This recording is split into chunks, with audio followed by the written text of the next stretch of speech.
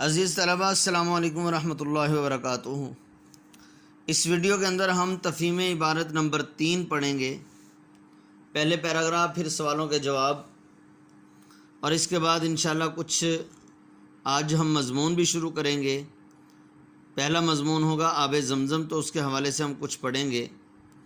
دیکھیں تفہیم عبارت: غالب نے القاب و آداب، مزاج پرسی و خیریت نگاری کا قدیم دستور، جس سے سر منہ تجاوز کرنا روا نہ رکھا جاتا تھا، بالکل ترک کر دیا۔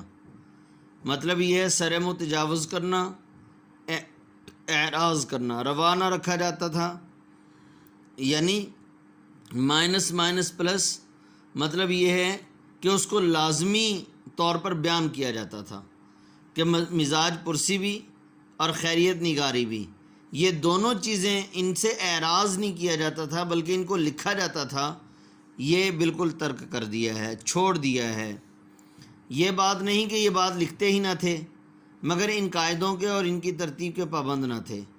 القاب و آداب بالکل چھوڑ دیتے اور اول سطر سے مضمون شروع کر دیتے۔ کبھی لکھتے تھے تو نئے مختصر موضوع القاب لکھتے تھے، مثلا میاں، برخوردار، بندہ پرور، مہاراج، پیر و مرشد، بھائی صاحب۔ اس سے زیادہ لکھا تو میری جان کے چین، میاں سرفراز حسین، میرے مہربان، میری جان، میرے تفتہ سخندان۔ کبھی یہ سب غائب اور خط اس طرح سے شروع کیا: صاحب تم کیا چاہتے ہو؟ یا مار ڈالا تیری جواب طلبی نے، مار ڈالا یار تیری جواب طلبی نے۔ اسی طرح دعا، سلام اور اپنا نام اور تاریخ تحریر لکھنے میں بھی کوئی پابندی نہ تھی۔ سوالات کی طرف آتے ہیں۔ پہلا سوال ہے: آپ کے خیال میں خط کے ضروری حصے اجزاء کیا ہیں؟ جواب اس کا یہ ہے: میرے خیال میں خط کے ضروری اجزاء درج ذیل ہیں۔ 6 اجزاء بنتے ہیں، جیسا کہ امید ہے کہ آپ نے 9th میں بھی پڑھے ہوں گے۔ نمبر 1، مقام روانگی اور تاریخ، القاب و آداب، خط کا مضمون، اختتام مکتوب، مکتوب خط کو کہتے ہیں، خط کا اختتام، مکتوب نگار کا نام، مکتوب نگار خط لکھنے والے کا نام، مکتوب الیہ کا پتہ، یعنی جس کو ہم خط لکھ رہے ہیں اس کا پتہ۔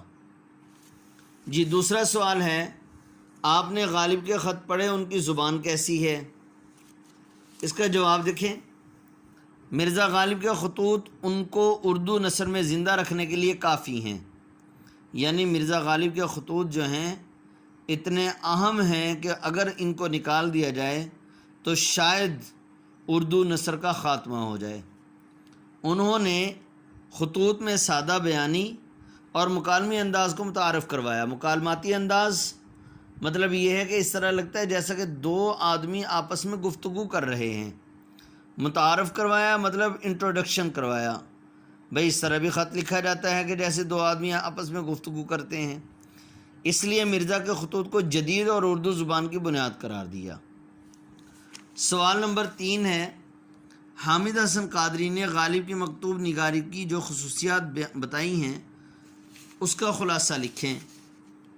دیکھیں، حامد حسن قادری نے مرزا غالب کی مکتوب نگاری کی درج ذیل خصوصیات بتائی ہیں۔ خط لکھتے وقت تحریری انداز ایسا اپناتے گویا کہ 2 افراد آپس میں گفتگو کر رہے ہیں۔ خط کے اندر مکالماتی انداز کو داخل کر کے خوبصورت انداز عطا کیا۔ خط کے اندر روزمرہ اور محاوراتی انداز کو شامل کر کے خوبصورتی عطا کی۔ تو یہ اس کا خلاصہ ہو گیا جی۔ نمبر 4، قدیم دستور مکتوب نگاری کیا تھا؟ دیکھیں، اس کے میں نے 2 جواب لکھے ہیں، دونوں صحیح ہیں۔ پہلا جواب یہ ہے، دونوں میں سے آپ پیپر کے اندر اگر یہ آ جائے تو دونوں میں سے کوئی ایک لکھ سکتے ہیں۔ قدیم دستور مکتوب نگاری میں درج ذیل باتوں کو خاص اہمیت دی جاتی تھی۔ القابات نہایت طویل اور مشکل زبان میں استعمال ہوتے تھے۔ خاص طرز اپنا کر اپنا ادبی دبدبہ قائم کرنے کی کوشش کی جاتی تھی۔ زیادہ مشکل الفاظ استعمال کیے جاتے تھے اور یہ بتایا جاتا تھا کہ بھائی مجھے اردو بہت زیادہ آتی تھی، مطلب ادبی دبدبہ قائم رکھنے کی روب جھاڑا جاتا تھا کہ بھئی مجھے اردو کے بہت سارے الفاظ یاد ہیں۔ بھاری محاورات اور ضرب الامثال کا کثرت سے استعمال کیا جاتا تھا۔ قدیم دستور کے مطابق خط میں القاب و اداب پر تکلف انداز میں لکھے جاتے تھے، مزاج پرسی کی جاتی تھی، اپنی خیریت بیان کی جاتی۔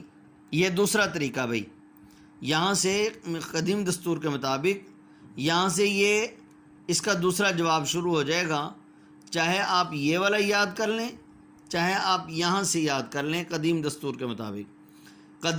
کے مطابق خط میں القاب و اداب پر تکلف انداز میں لکھے جاتے تھے، مزاج پرسی کی جاتی تھی، اپنی خیریت بیان کی جاتی، دوسرے کی خیریت پوچھی جاتی، تب جا کر اصل بات کی جانب آیا جاتا تھا۔ یہ پرانا جو ہے وہ خط لکھنے کا انداز ہوتا تھا۔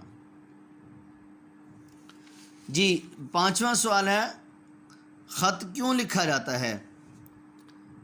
دیکھیں اس کا جواب، مزاج پرسی یعنی مزاج پوچھنے کے لیے، خیریت نگاری خیریت لکھنے کے لیے، اطلاع دینے کسی بات کی اطلاع دینے کے لیے، کوئی چیز منگوانے کے لیے، کاروباری اور دفتری ضرورت کے لیے، نیز اظہار محبت کے لیے خط لکھا جاتا تھا۔ عزیز طلبہ، اگلا سوال یہاں کتاب کے اندر نہیں لکھا، لیکن احتیاطاً آپ نے یہ سوال کو بھی یاد کرنا اور جواب بھی یاد کرنا ہے۔ چھٹا سوال اس کا بنے گا کہ اس عبارت کا عنوان کیا بنے گا؟ یہ جو ہم نے عبارت پڑھی ہے ساری، عبارت نمبر 3، اس کا عنوان کیا بنے گا؟ تو اس کا عنوان ہے غالب کی مکتوب نگاری۔ مکتوب خط کو کہتے ہیں، غالب کی مکتوب نگاری، یا پھر اس کا دوسرا عنوان بنے گا مکاتیب غالب کی خصوصیات۔ غالب کی مکتوب نگاری یا مکاتیب غالب کی خصوصیات۔ مکاتیب مکتوب کی جمع ہے، مطلب غالب کے خطوط کی خصوصیات کیا ہیں۔